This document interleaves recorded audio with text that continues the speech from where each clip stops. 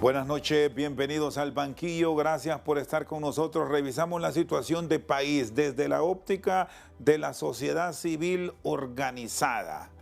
Se esperaba que en el inicio ya de este tercer año de gobierno tuviésemos mucha propuesta de una gran cantidad de proyectos que como tal se han venido desarrollando, pero la actividad política que ha empezado de lleno con la oposición ya postulando candidatos, con Libertad y Refundación, partido que nos gobierna, con sus aspirantes también en plena campaña política, va a trastocar estas propuestas y promesas de campaña que se esperaban un desarrollo durante este 2024, cómo estamos en materia de salud, de economía, en el tema de energía que es tan delicado y seguridad. Estos aspectos los desarrollamos con don Carlos Hernández. ¿Qué tal está? Placer. Gusto saludarlo. Director ejecutivo de la Asociación para una Sociedad Más Justa. Se empezó antes de lo que esperaban los hondureños la actividad política. ¿En qué altera el normal desenvolvimiento de un gobierno, Carlos? Bueno, yo creo que la cultura política del país nos ha dicho que la actividad proselitista muchas veces comienza el siguiente día de la toma de posesión. O sea, lamentablemente hemos visto eso porque hay una tendencia de concentrar el poder, pero permanecer en el poder. Entonces, a partir de eso, tristemente hay muchos funcionarios que llegan a una posición, pero están ahí en esa posición como una plataforma para o seguir escalando en sus aspiraciones políticas o mantenerse. Y eso lo hemos visto en la presente administración y obviamente más reciente ahora, están en plena campaña. Es sorprendente ver cómo aun cuando la señora presidenta, y que nosotros valoramos como positivo ese llamamiento que ha hecho a que renuncien y que hagan una declaración jurada, sin embargo, usted ve a los funcionarios apoyando y acompañando a la candidata oficialista, y la gran pregunta que nos hacemos es si se movilizan en sus vehículos privados o en Uber o en taxi, ¿verdad? O usan los vehículos oficiales por las noches, pero también el fin de semana que se están movilizando y uno puede ver, y hay un informe que va a salir sobre eso, en las actividades de fin de semana, las Prados, que ese es el medio común de movilizarse de funcionarios, ya no solamente funcionarios de categoría A, por decir algo, sino ahora es muy común. Y bueno, eso afecta el normal desenvolvimiento porque lo que sucede es que en vez de estar buscando los mecanismos, las estrategias para contrarrestar la multicrisis que existe en el país, que eso es real, que todos los indicadores, Rosendo, en los últimos meses nos están diciendo que Honduras lamentablemente algunos problemas se van agudizando, que se mantienen y que tenemos problemas y que son problemas reales, que no son inventados. Obviamente hay un abordaje mediático que se hace desde el gobierno, que eso es una tendencia casi natural, de no usar esos datos como mecanismo para tratar de revertir el problema, sino más bien lo usan como una forma de decir hay ataques, la oligarquía está atacando, y no dejan que gobierne, pero la realidad es que el país tiene una multicrisis en diferentes sectores. Y bueno, a medida que va pasando el tiempo, si bien es cierto y valoramos, ha habido, por lo menos en los últimos meses, la conflictividad bajó en relación a datos que teníamos en el observatorio de conflictividad el primer año de gobierno, pero eso se va agudizando. Y esta reducción de la conflictividad puede permitir tener un año con procesos de inversión presupuestaria efectivos, sobre todo en áreas que vimos una publicación que hicieron del área de salud, educación y seguridad. vamos a agregar infraestructura para quedarnos con estos 4 pilares que son fundamentales en el desarrollo de un país? Bueno, yo le voy a decir, en el tema de educación, valoramos que se haya aumentado el presupuesto. Yo creo que eso es importante. Sin embargo, el presupuesto, ojo, porque a veces la forma como se presenta eso puede confundir. Sin embargo, hoy por hoy, Honduras sigue teniendo el porcentaje de inversión en educación más bajo en relación al Producto Interno Bruto. Porque gran parte de este presupuesto es salario. una tendencia que marca mejora de sueldos y salarios. Exacto, es solamente salario y es como un crecimiento orgánico que hay, porque bueno, ya existen el estatuto y los beneficios que tienen los maestros, pero no hay espacio para lograr aumentar cobertura, aumentar calidad. Y le voy a mencionar un dato. Nosotros Honduras logró tener 2.40.000 niños en el sistema educativo. Eso en el 2016. Y hoy tenemos 1.8. Ese es el dato oficial, 1.8 y 1.9. Ahí tenemos que 200.000, 250.000 niños que no los hemos recuperado. O sea, no están. Y no hay, y hay esfuerzos, y yo tengo que decir, desde la Secretaría se han hecho esfuerzos, pero no se logra recuperar. Si nos vamos y desagregamos esos datos en educación prebásica, el primer ciclo de educación, la cobertura ni siquiera llega al 50%. Oiga, ni siquiera el 50% de los niños en edad de prebásica están así, pero no hay recursos. Se necesita contratar maestros de prebásica, pero no hay. Entonces, ahí tenemos un gran problema. En el tema de salud, bueno, el 2023, Chendo, tuvimos la falta de ejecución histórica más grande en el país, 1.8 millones, 1.800 millones que no se ejecutaron. Solo permítame, licenciado Hernández, para concluir esto de la educación. En los países de la región, porque es donde nos vemos nosotros y debemos compararnos, ¿cómo está el tema de la inversión pública para el área educativa con esa proyección de mejora que usted dice le debemos apostar y le debemos tener para arrancar con el párvulo? Claro. Mire, la aspiración y el sueño es poder llegar a un 6% de acuerdo al PIB, al Producto Interno Bruto. Hoy estamos en 4.5. O sea, nos falta 1.5. Eso traducido en dinero es una cantidad muy grande de dinero. Superamos un poco a Guatemala, obviamente Guatemala por el tema de la multiculturalidad de este país, entonces nosotros superamos ahí. Sin embargo, en relación al resto de los países de la región, todavía necesitamos una inversión mayor y hay que hacer un trabajo. Pero este es un trabajo de Estado, esto no es un trabajo que solamente corresponde a la Secretaría de Educación. Valoramos como positivo el hecho de que se aumentó el presupuesto para la merienda escolar. Yo creo que eso es digno de aplaudirlo, que la merienda se está dando, eso es positivo. Sin embargo, se requiere mucho más inversión. Por ejemplo, el tema de textos escolares.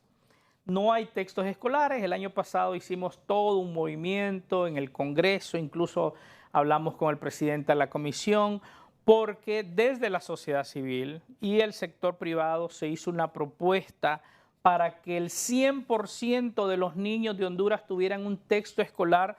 Y claro, necesitábamos 25 millones de dólares ahí para eso.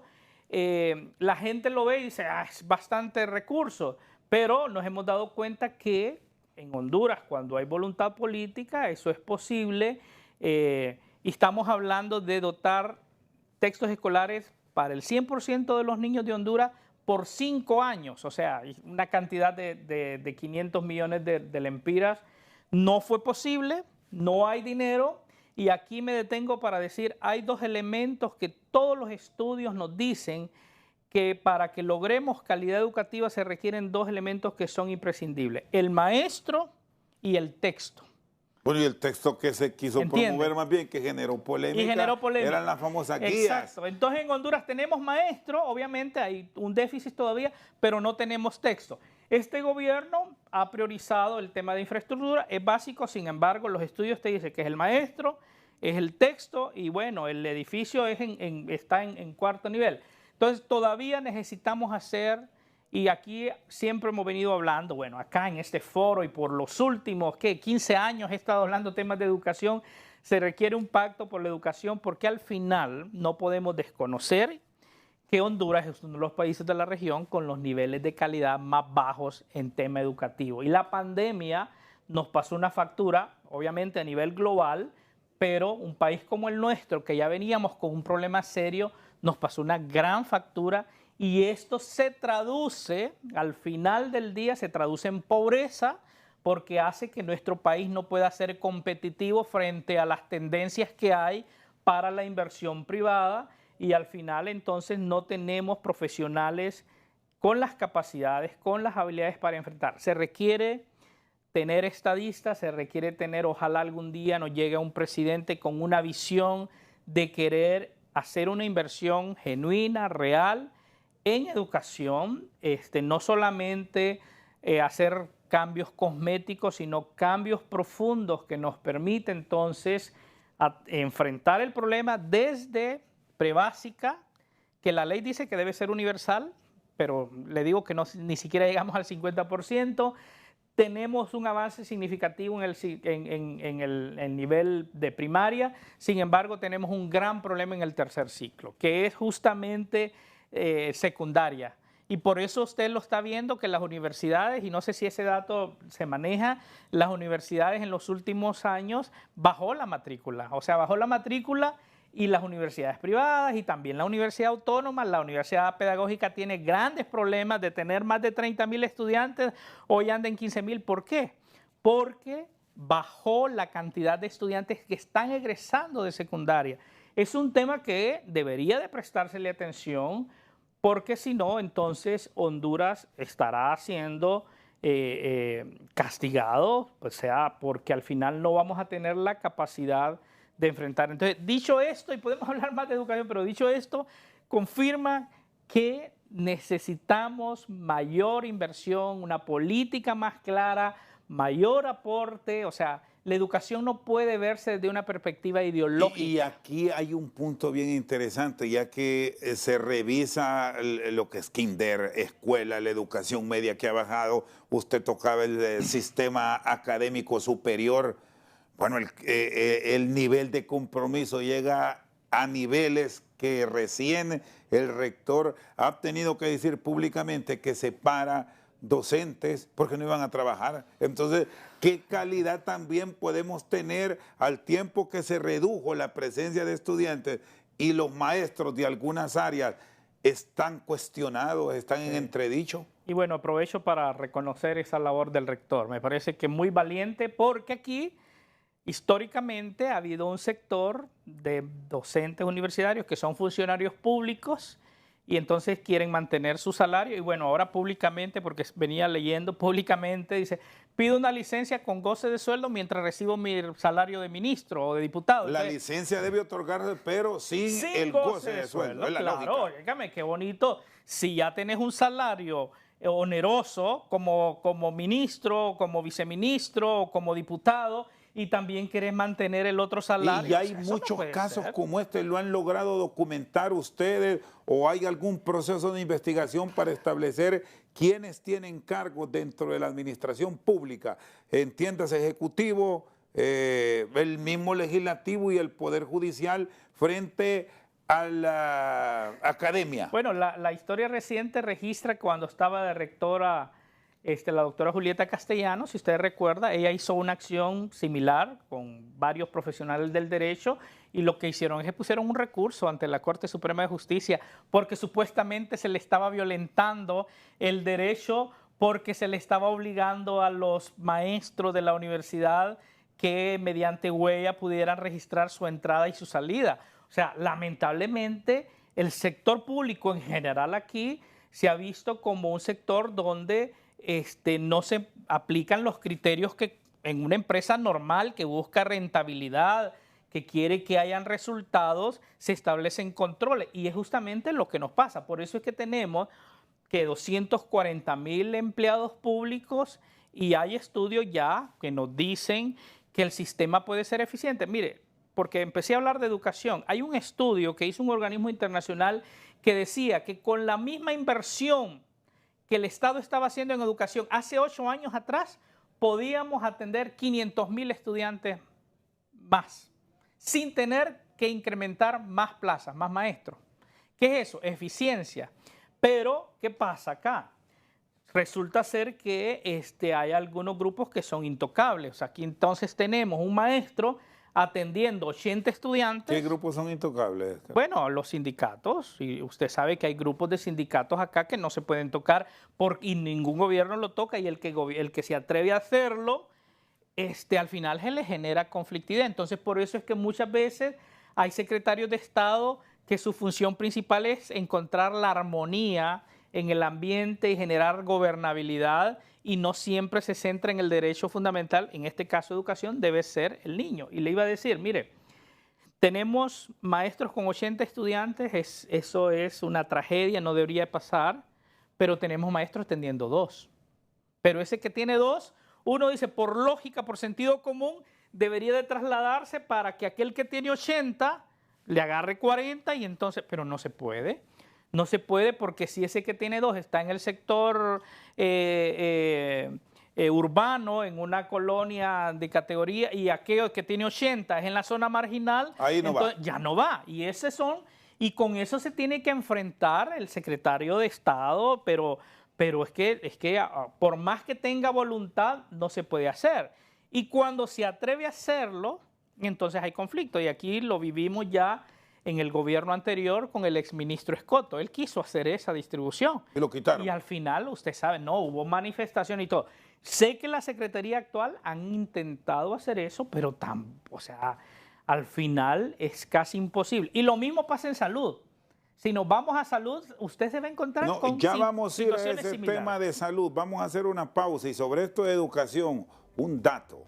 Porque aquí lo que se trata es de tener armonía, si es que se quiere mejorar y tener el compromiso de hacerlo. Una docente que se había nombrado en una escuela de la zona de Latillo, arriba del Picacho, se quedó en la escuela del mismo nombre, pero aquí en el Guanacaste, y argumentó que es que en esa escuela también faltaba un docente, y a ella la nombraron en una escuela que se llamaba igual. Cosas que solo pasan en Honduras quizás. Vamos a una pausa, ya regresamos.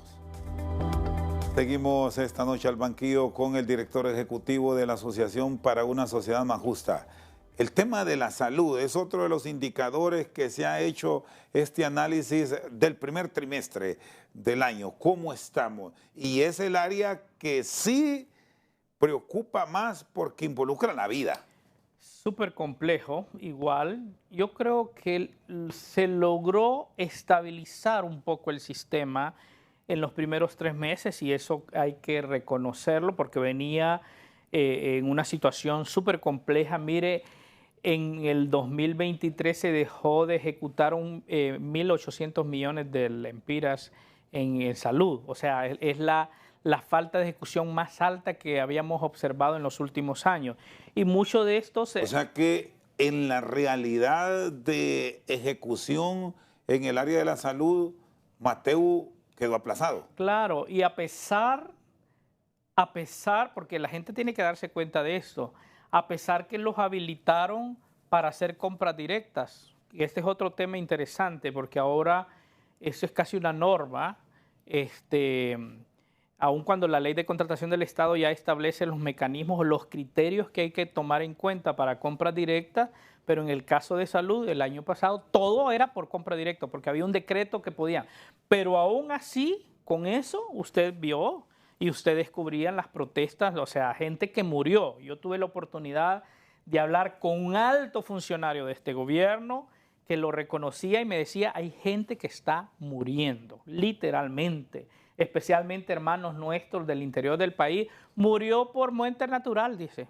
Pero sí, murió por muerte natural, pero es porque necesita aplicarse insulina o necesita sus medicamentos y no lo hace, no lo toma, entonces entra en shock y muere. Bueno, un ejemplo es el caso de los enfermos renales. Exactamente, y la gente está muriendo. Lo que pasa es que y la gente iba a los hospitales y difícilmente encuentra el 100% de sus medicamentos. Entonces, igual, es un tema de crisis. Mire que perdimos una gran oportunidad en salud, porque usted escucha al presidente del Colegio Médico y escucha a todos los salubristas que tiene Honduras y todos le hablan del modelo de atención primaria en salud, que eso lo que hace es hacer más cerca la salud a la gente. Y se incorporaron casi 5.000 personas después de COVID. Creo que la herencia que nos dejó COVID, con huelgas y con protestas y todo, pero esas personas que estuvieron en primera línea fueron contratadas. Pero ¿sabe qué?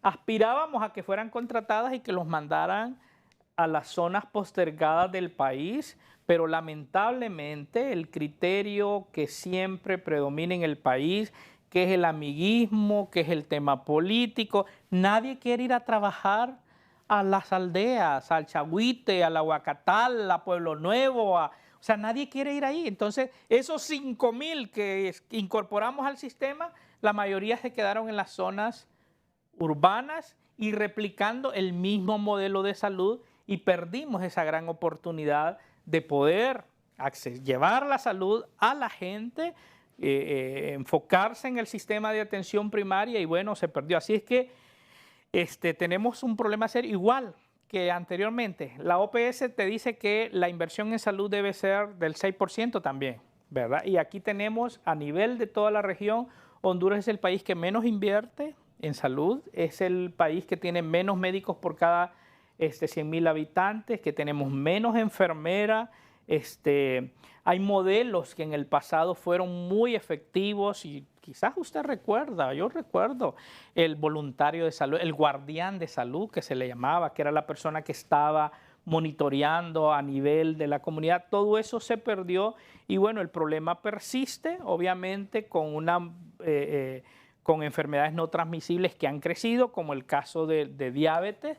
No hay inversión en el tema de prevención y este problema sí le está pasando, y yo creo que le pasó factura a la presidenta el año pasado toda esa ineficiencia que hubo en el manejo de esta cartera de salud. Insisto, creo, yo he observado y estamos... ¿Ve mejoras con Carla Paredes? Siento que sí, yo creo que ha habido un poco más, por lo menos se ha logrado dotar de más medicamentos. Ojo, ¿verdad? No estamos hablando de un 80%, porque siempre te hablan de que el sistema está abastecido en un 80%. Los mismos directores de los hospitales, los mismos médicos hablan con uno y le dicen, miren, no es cierto, pero no podemos decir. Esa es la diferencia también ahora, porque ahora muchos directores no pueden salir y denunciar. Si usted es observador y como periodista sabe, ya no es común escucharlos y verlos, porque los que se atrevieron a denunciar, incluso aquí en la ciudad capital, fueron despedidos. O sea, ya no existen. Entonces, vienen y hay una estrategia de comunicación donde tienen que repetir lo que dice. Si el de allá dice que está dotado de medicamentos el 80%, tiene que decirlo aunque no sea cierto. ¿Entienden? Entonces, ese es otro problema, pero ese es un problema más sistémico de conducción de la estrategia de comunicación, que obviamente vulnera un derecho, pero también le roba la oportunidad a un profesional a que pueda involucrarse en encontrar respuesta al problema. Bueno, dentro de muchas medidas que se han tomado en la administración de Carla Paredes han llegado médicos cubanos. ¿Qué han logrado establecer ustedes en el contacto con el de a pie? ¿Están llegando con una función puntual o esto a futuro va a traer una conflictividad mucho mayor que la que ya están expresando los miembros del colegio médico? Mire, yo creo que aquí el problema más grande es la falta de transparencia. Vamos a ver, que vengan profesionales calificados a hacer una función cumpliendo la normativa legal del país, enhorabuena por eso. Y aquí tenemos las brigadas que históricamente han llegado al país. Creo que aquí lo que preocupa es que si no tenemos las credenciales de manera pública de que verdaderamente son médicos, de que son especialistas, porque el tema es que no se justifica traer médicos generales, porque en Honduras tenemos cantidad de médicos generales trabajando como taxistas, ¿verdad? Porque esa es la realidad, una carrera tan cara, pero esa es la realidad. Entonces yo creo que ahí ese es el problema, la falta de transparencia, la falta de armonía entre el colegio médico, que al final la legislación así lo dice, y si eso no estamos de acuerdo, pues cambia la ley, pero la ley dice que debe de garantizar y que un médico que viene a Honduras, un médico extranjero, tiene que pasar un periodo para lograr validar, entonces si sobrepasa cierto tiempo. Entonces eso es lo que se cuestiona y lamentablemente, y por lo que hemos visto, no ha habido esa respuesta. Y dos, porque también hay que ser claros, hay denuncias de situaciones que han pasado en otros países donde lamentablemente no han ejercido la función para la cual se supone que fueron contratados, porque al final hay una intermediación económica en eso, sino que al final han hecho otro tipo de acciones políticas. Y eso sí creo que es cuestionable. La única manera de evitar esa especulación es con transparencia. Y a propósito de transparencia y entrar en esta área que usted la planteaba y que se extiende no solamente al sector salud, está también en el área de la infraestructura eléctrica del país. Si queremos ampliar los conceptos, contrataciones directas. ¿Qué cuidados se deben tener a sabiendas de los antecedentes del pasado? Y si no, miremos esas compras que hicieron con los famosos hospitales móviles, claro, que ahí sigue ese dolor de cabeza. Ahora, ¿cómo crear una estructura que nos haga tener confianza? Mire, aquí parece ser que nos acostumbramos, yo digo, a reciclar corruptos. Es como hoy estamos hablando de los corruptos del pasado, pero mañana vamos a estar hablando de los corruptos de hoy. Y entonces así va. O sea, ahorita es de un partido, el partido que estaba en el poder, esos son los corruptos y están los casos. Pero si hay un cambio de gobierno en el próximo año, entonces el 2026 van a empezar a salir.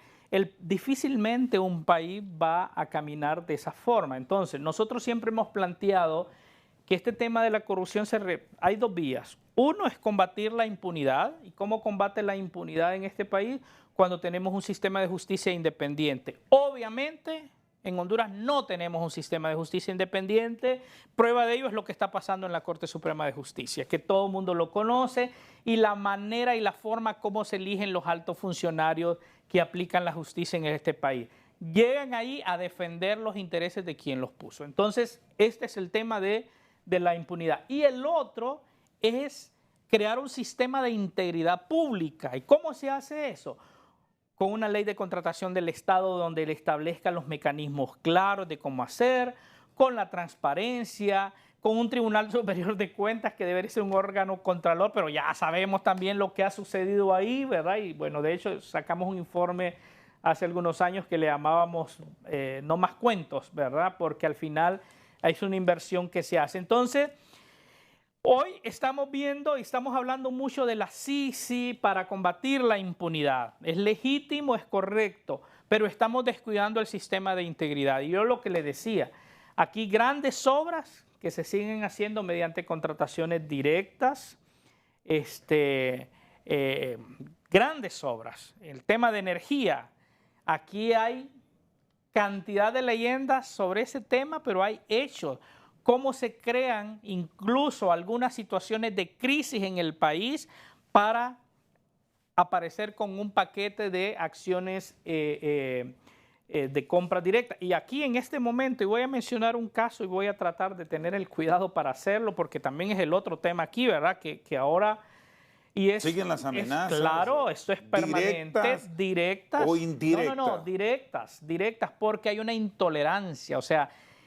aquí creen que el rol de la sociedad civil es aplaudir y se les olvida que en una democracia, al igual que el periodismo, la sociedad civil lo que hace es audita, cuestiona, pero eso no te hace enemigo. Sí, siempre está el cuestionamiento que dónde estaban cuando todo lo que pasó en la administración anterior.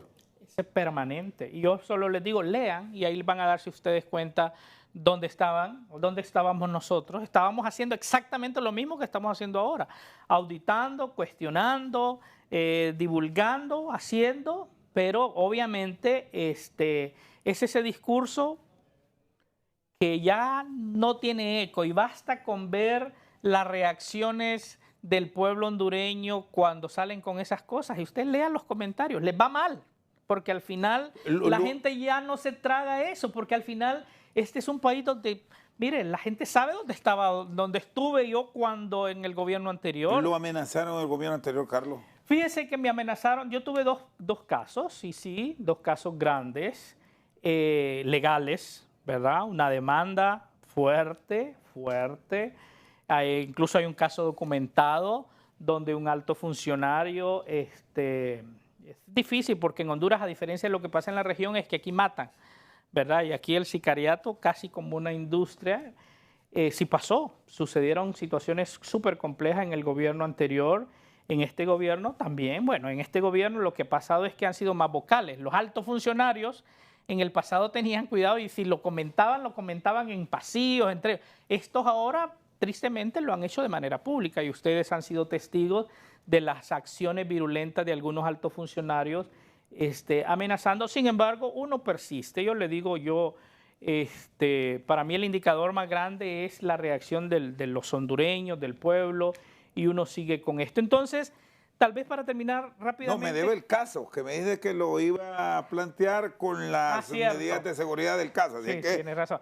Aquí vamos. Perfecto, no, vamos, sí es cierto, es que hay tantas cosas aquí. Es el tema de energía. Se anuncia la entrada en vigor de una nueva planta en el norte del país. Y aquí en esta misma casa, con el señor ministro, porque sospechábamos que se estaba haciendo una gran inversión en el norte del país. Entonces uno se pregunta, ¿cómo se hace una gran inversión si no tengo amarrado un contrato? ¿Qué empresario se atreve a hacer una inversión millonaria si no tiene garantía de que la empresa le va a comprar? Y entonces públicamente le preguntamos, ¿usted sabe de esa inversión que se está haciendo? Porque teníamos la sospecha. Y la persona dijo, no sé nada. Y en lo estamos viendo, en 3 momentos diferentes, no hay nada, no se va a comprar de manera directa. Y entonces ahorita se está celebrando que entran en funcionamiento y que se introduce al sistema energía de una planta que recién está entrando en operación ahí.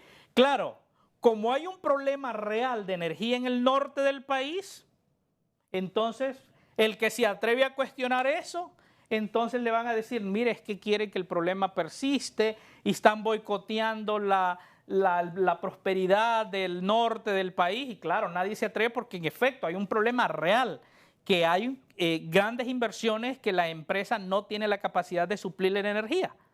Pero el tema es, y bueno, ¿cómo fue ese proceso?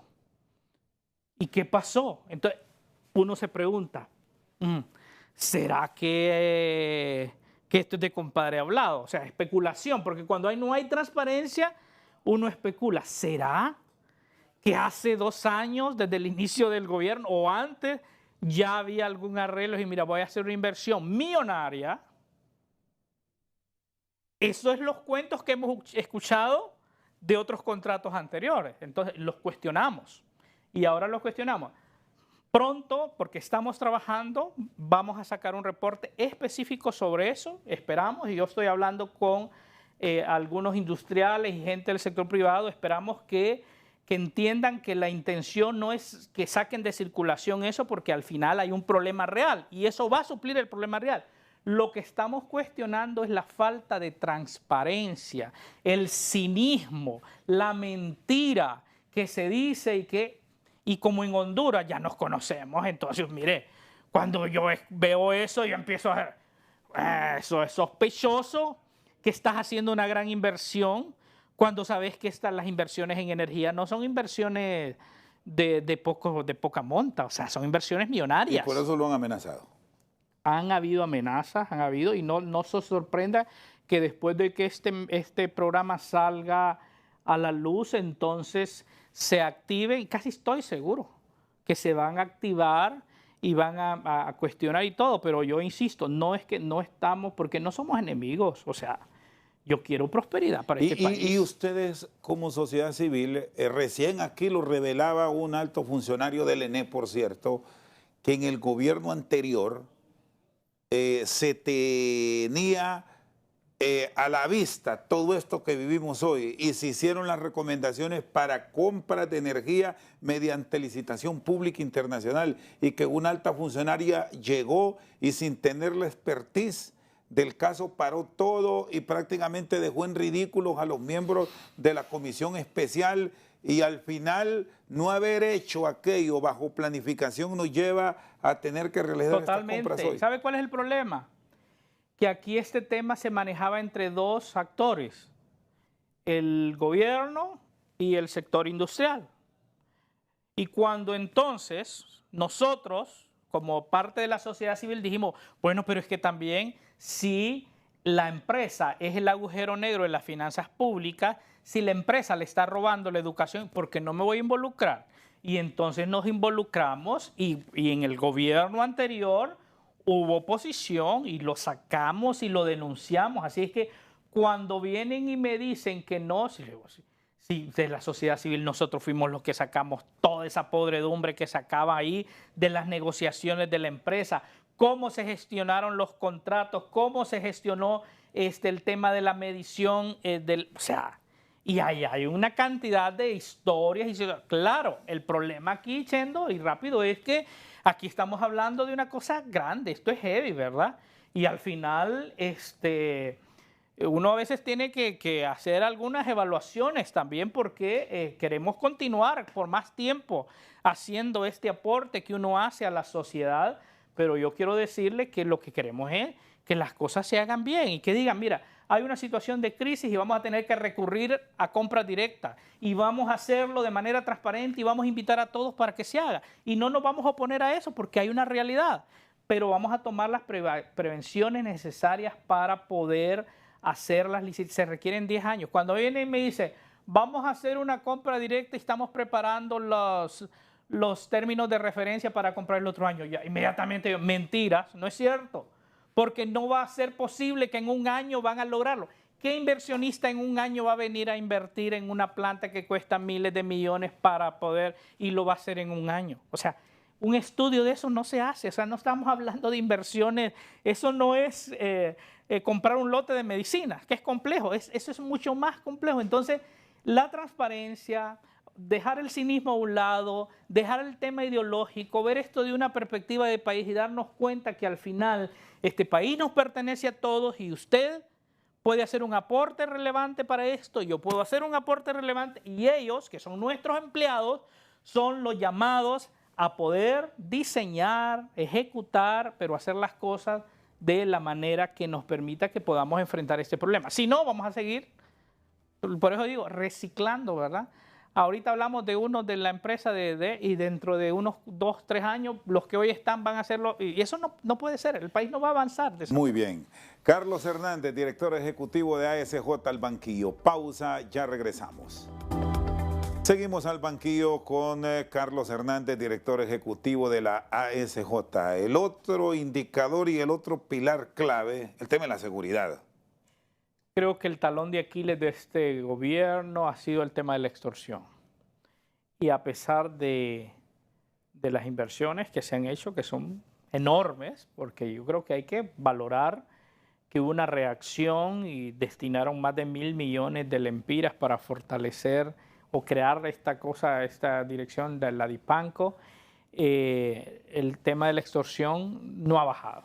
O sea, valoramos como positivo que por lo menos han cambiado un poco la estrategia y están siguiendo el dinero, que ese es uno de los cuestionamientos que hemos hecho, porque aquí por mucho tiempo se perseguía al muchacho que cobra, que muchas veces es víctima, ¿verdad? Que lo obligan a que cobre el pago de la extorsión y ahora hay que seguir el dinero y ahí hubo una última acción. Yo creo que eso es positivo, pero el problema persiste, o sea, es un problema complejo.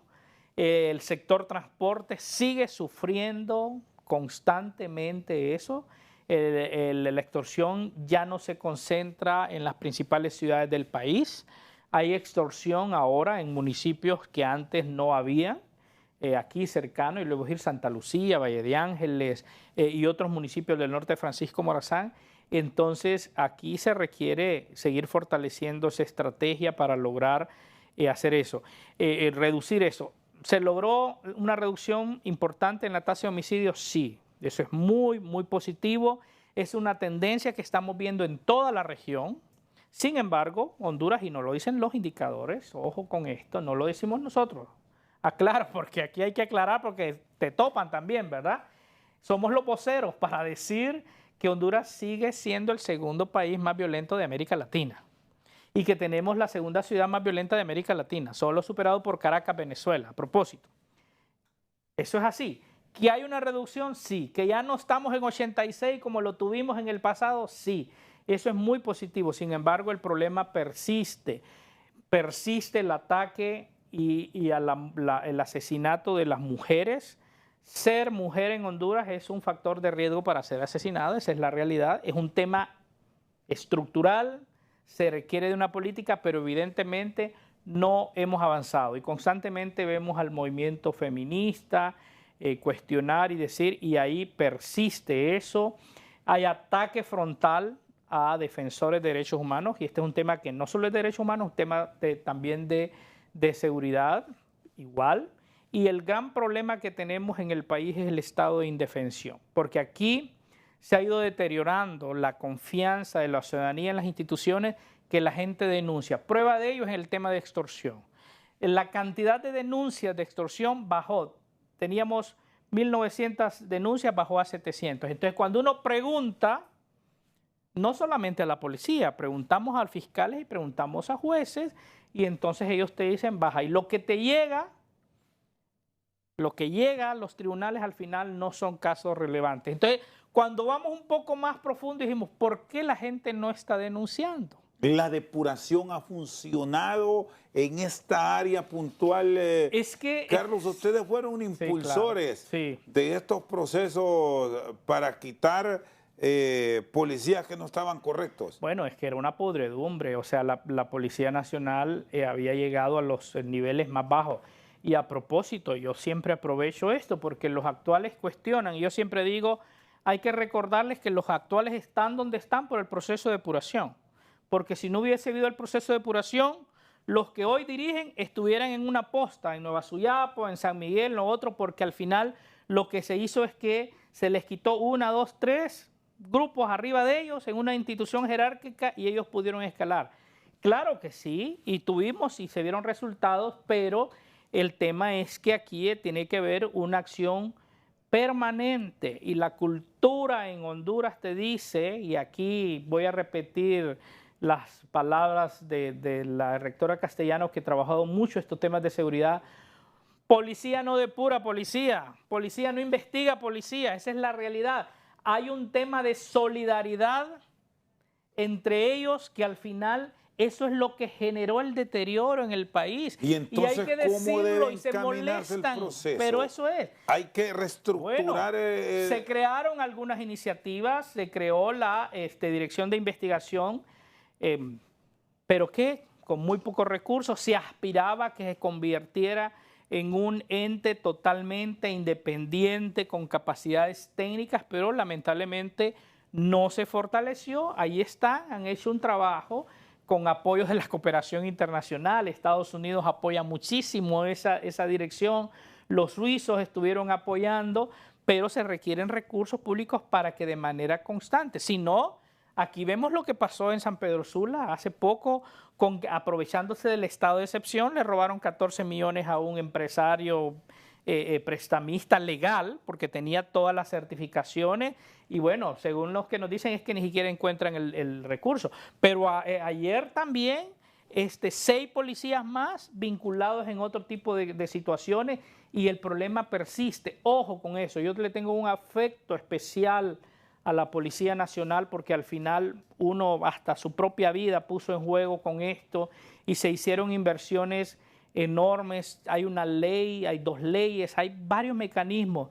No hay que descuidar la Policía Nacional, dejen de politizar la Policía Nacional y sigamos acuerpando todos la institución para que la institución pueda gozar del prestigio y la credibilidad, que es importante y es vital para que logremos generar esa confianza y que la gente denuncie. Pero lo mismo es el Ministerio Público, lo mismo es. Entonces, eso es lo que se agudiza en el tema de seguridad y eso es como parte de los grandes retos, obviamente, que tiene el sistema. Bueno, y aquí quiero retomar lo del principio del programa porque ya estamos cerrando, Carlos, y la clase política, ¿qué compromiso tiene sobre todos estos planteamientos de realidad nacional frente a lo que la sociedad está reclamando como tal y los compromisos de ellos, que son reiterativos cada 4 años, que vamos a hacer esto, que vamos a cambiar esto, y ya los estamos escuchando nuevamente? Es la raíz de todos los males, porque al final esa es la génesis de todo. O sea, toda esta multicrisis que planteamos de manera muy pincelazo en educación, en salud, en seguridad, en energía y en otros, al final la génesis es una clase política mezquina, una clase política vernácula, una clase política que solo está pensando en concentrar el poder, en defenderse, en protegerse y al final que descuidaron al pueblo y entonces tenemos una democracia casi en agonía donde el pueblo no está experimentando el beneficio que debe de tener de un sistema que trabaja y que lucha por el bienestar. Entonces, ¿qué es lo que tenemos? Aquí seguimos viendo a la gente, a los políticos repartiendo arroz, o sea, jugando con el hambre del pueblo. Y el FOSDE nos sacaba hace unos días un informe que decía Honduras es una fábrica de pobreza. Y entonces pareciera ser que la pobreza es un incentivo a este sistema mezquino. O sea, quieren tener pobres y entonces porque esos pobres son los que les permiten tener ese esquema populista de que va a votar a cambio de, entonces le hacen la carretera, se la manda un tractor en época electoral. Entonces, ojo, ¿verdad? Cuestionamos la falta de ejecución en el primer año, el segundo año, pero a partir de ahora no se sorprende, ahora ve más dinamismo, más movimiento. ¿Por qué? Porque lo está viendo de una perspectiva electorera. Y mientras sigamos viendo eso, no va a pasar. Pero ¿qué pasa? Lamentablemente, no se dieron las reformas que tenemos, por lo menos lo voy a hablar de mi participación, en esto, 15 años o más. Y mire qué interesante, con el partido en el poder, en muchos momentos hablamos y nos reuníamos cuando ellos estaban en la oposición sobre la reforma clave, que había que ciudadanizar las mesas electorales, ¿verdad? Y porque había que hacerlo. Pero una vez que llegan al poder, ya no conviene. ¿Por qué no conviene? Porque tienen cautiva a la gente y entonces tienen sus activistas y son los que... Segunda vuelta, que era un tema importantísimo, ya no hay segunda vuelta. Los órganos electorales se siguieron nombrando bajo la misma mecánica que lo hicieron lo anterior. Entonces, ese cinismo de que cuando estoy en la oposición cuestiono, propongo y tengo una visión, pero cuando llego al poder me convierto en exactamente lo mismo, y eso es lo terrible de este sistema político que cada vez nos tiene polarizados y nos tiene en una situación súper compleja, pero más que eso, sigue agudizando la pobreza y la miseria de este pueblo. Carlos Hernández, director ejecutivo de la ASJ, esta noche en Al Banquillo. Una pausa, ya regresamos. Seguimos al banquillo con don Carlos Hernández, director ejecutivo de la ASJ. ¿Por qué dice que agoniza la democracia? Mire, aquí se llega al poder con el 30% del electorado, o sea, de la gente que va. Entonces, ¿qué es lo que hacen los partidos que están en el poder? Tienen estrategia. Uno, contribuir a dividir la oposición porque dispersa, les genera un beneficio. Y dos, es conservar ese 30%. ¿Y cómo lo hacen? Bueno, lo hacen con los recursos que desde el poder tienen para hacerlo. Número dos, es que la democracia es el poder del pueblo. La democracia es donde hay pluralidad, la democracia es donde hay libertad de expresión, la democracia es donde hay libertad de asociación, la democracia es donde la gente se siente libre. Pero ¿qué es lo que observamos? Y yo le decía, después de que salga esta luz este programa, entonces o amenazan o atacan para callar. ¿Entiende? Y lo hacen con los medios, lo hacen con los activistas de derechos humanos, lo hacen con... Entonces acallan las voces usando diferentes estrategias y entonces no hay contrapeso, se les olvidó, porque no tiene... Bueno, es que hay algunos que ni siquiera conocen el concepto, ¿entiende? Entonces al final no se dan cuenta que una democracia requiere debate, contrapeso, diálogo, consenso, negociación, para encontrar la solución o dar respuesta a los problemas que este país tiene. Entonces, pero la oposición genera eso en el país ahora mismo. Porque no, yo siento que no. Bueno, y prueba de ello es lo que sucedió recientemente. O sea, vamos a ver, que se paralizó el Congreso y se cuestionaba, y en algunos momentos uno decía, hacemos un llamado a que logren, pero que se pongan de acuerdo y uno tiene que ceder y otro, pero cuando usted cede todo, o sea, lo último que pasó, ese combo que hicieron, se hicieron un combo y en horas nombraron todo. Entonces, yo aquí tengo que reconocer la capacidad de Libre, porque al final no sabemos cuál fue la estrategia, el mecanismo que usó, ahí se cuestiona mucho, pero al final en pocas horas logró todo. Entonces Libre tiene todo. Tiene la Corte, tiene el Ministerio Público, tiene el Consejo Nacional Electoral, tiene el Tribunal Electoral, tiene los asistentes, tiene Tribunal Superior de Cuentas, tiene todo. Eso se llama concentración de poder.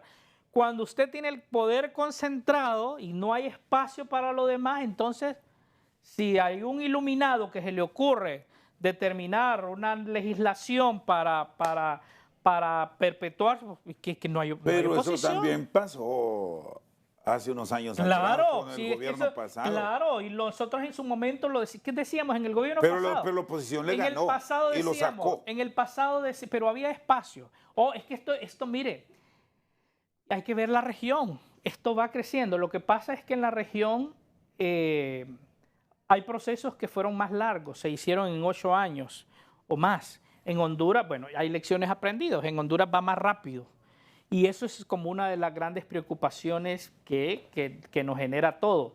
Y esperamos nosotros que reflexionen y que la oposición verdaderamente asuma su rol que debe tener y que podamos tener elecciones libres, transparentes y que gane que el pueblo quiere. Si el pueblo hondureño le da en unas elecciones transparentes, con todos los mecanismos que se requiere a Libre, perfecto. Esa es la voluntad del pueblo. Y está bien, pero es lo que tenemos que garantizar. ¿Y eso cómo se va a lograr? Cuando hay inclusión, cuando hay participación, pero cuando uno escucha esos discursos incendiarios, cuando usted escucha que el que no piensa igual es un enemigo, entonces ya inmediatamente pareciera ser que se está creando el ambiente para tener situaciones como las que hemos visto aquí en nuestro vecino Nicaragua, donde el que se atreve a decirlo callan, ¿verdad? O sea, mis colegas ya no existen ahí en Nicaragua. O sea, ya no existen ONG, ya no existen universidades, ya no existen iglesias, ya no existen, o sea, es una cosa terrible. Y eso es lo que debemos de hacer reflexionar al gobierno actual, que den signos que muestran que tienen una vocación demócrata para que el pueblo no especule. Y ese fantasma que tenemos ahí a 7 kilómetros, ¿qué? ¿Cuántos kilómetros hay a la frontera? O sea, que ese fantasma que tenemos ahí no nos absorba y nos haga también generar las dudas y las inquietudes. Queremos elecciones libres, democráticas, con una diversidad de participantes, donde la oposición es respetada, donde el periodismo es respetado, donde la sociedad civil. Eso es lo que aspiramos para sacar de ese estado de agonía que tenemos este sistema de democracia que hay en Honduras. Insisto, está agonizando. Y bueno, habemos algunos que estamos queriendo hacer contribuciones para revivir y que podamos tener este sistema y que le dé respuesta a la gente. Carlito, le agradezco, muy amable. Carlos Hernández, director ejecutivo de la ASJ, esta noche en Al Banquillo. Por su sintonía, muchas gracias.